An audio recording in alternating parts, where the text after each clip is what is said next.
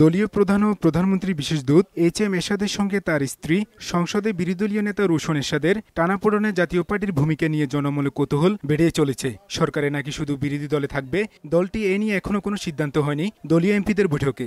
পার্টির সর্বসম্মত সিদ্ধান্ত হয়েছে যে দলীয়ভাবে আমরা পরবর্তী সিদ্ধান্ত না নেওয়া পর্যন্ত আমরা ক্যাবিনেটে থাকবো।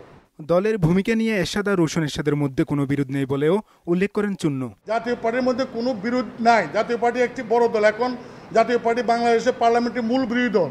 সেই বিরোধী দল এত বড় দলের মধ্যে কোনো প্রতিনিধিত্ব থাকতেই পারে, বাট ওই রকম কোনো মেজর কোনো রকম অনৈক্য আমাদের মধ্যে নাই।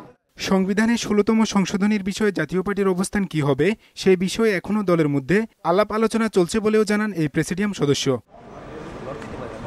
হুমায়ুন কবির, মোহনা সংবাদ, ঢাকা। না, আমাদের চেয়ারম্যান সাহেব না